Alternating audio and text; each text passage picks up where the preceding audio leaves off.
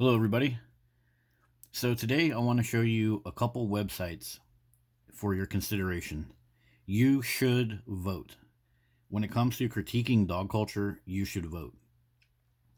So, we're over here at this website, and let me point out a couple things to you. So, notice the eligibility to vote. 66.5% of the people in San Antonio, Texas are eligible to vote. Okay? So, the kids that are being attacked by pit bulls and killed by pit bulls, they're not allowed to vote. So the adults are the ones that are voting in the pro pit bull leaders. So by voting, by going out there and looking at one of these websites, looking at who is connected to supporting pit bulls and bringing in pit bull rescues, and then casting your vote accordingly, what you're doing is, you see that little section of voting age people that are being attacked by dogs? You're giving them a little bit of a voice.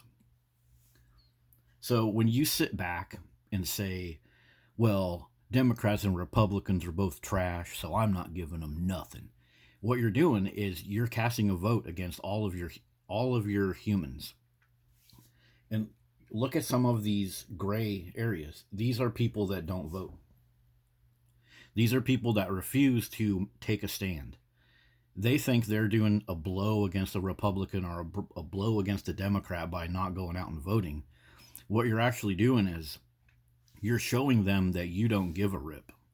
When the Democrat and Republican campaign managers and financiers and people that want to dump money into those people, when they look at these non-voters, they're sitting back, counting their cash, laughing their asses off at you, because they know that you basically don't care. You're going to sit there and say, oh, I'm not going to vote, not until they give me a good candidate. You got to vote for the best candidate. Use the system that you have in place. Even if it sucks, you still have to use it the best to your advantage. It's like if you have a car and it doesn't drive that good. Well, you still have to drive it to your job and make some money and maybe get a better car. So that's my first point. By not voting, you're not giving that little bit of a voice that you can give to your young people that can't vote. Those people that are getting attacked by dogs, you got to give them a voice. You got to get off your ASS and go frickin' vote. So my next example is this story from Texas. The pit bulls got loose and killed an 81-year-old man. Bexar County District Attorney Office said all this stuff. Well, the city leaders ignored calls to the police and animal control for these loose pit bulls. And finally, somebody died, and now there's going to be 18 years in prison. That's 18 years of your taxpayer money that could have been saved by a simple euthanization of these dangerous pit bulls that kill humans. So when you cast your vote in Texas, you can look all this stuff up. Look at what you can go over to, for example, this website, and you can look up your county officials. You can look up who out there in the Texas county, all of these people, who was aware of all this crap. And when you vote next time and you vote against one of these people, maybe the sheriff was aware of all these calls for the dangerous dog and he refused to do anything. Maybe whoever's in charge of the sheriff did not give him the power. So next time you vote against one of these officials right here, and then their campaign is going to see that. They're going to see, like, oh, you know what? We supported pit bulls, somebody died, and we lost 3,200 votes across this demographic. So the next person that comes into power, they're gonna see that, and they're gonna say, hey, we can't be losing votes because of people dying in the streets because of this situation right here. So let's say that you're a person that never votes because you figured out that Democrats and Republicans are just the same. So you're not going to vote. You're going to show them. But one day you decide to look up all this stuff, and then you go vote for maybe somebody that spoke out against pit bulls. Some of these public officials do speak out against pit bulls. There was a church that said a bunch of stuff about these pit bulls shouldn't be running loose and attacking people. So you look up one of these people that look at this guy with the axe. You look up one of these people that spoke out against pit bulls, then you go mention it on your Facebook page. All of those campaign managers are going to see that, and they're going to say, whoa, we just lost a whole bunch of votes because we were part of that man dying.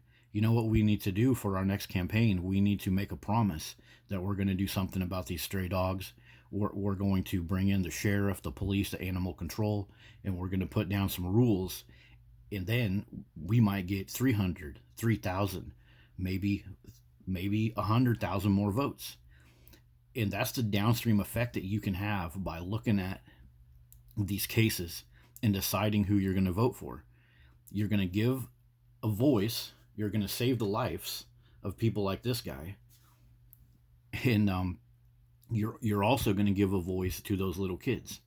But sitting at home talking about you're not going to give your vote until a good candidate comes, that's actually a vote against all of your fellow humans, and it's a vote for non-participation.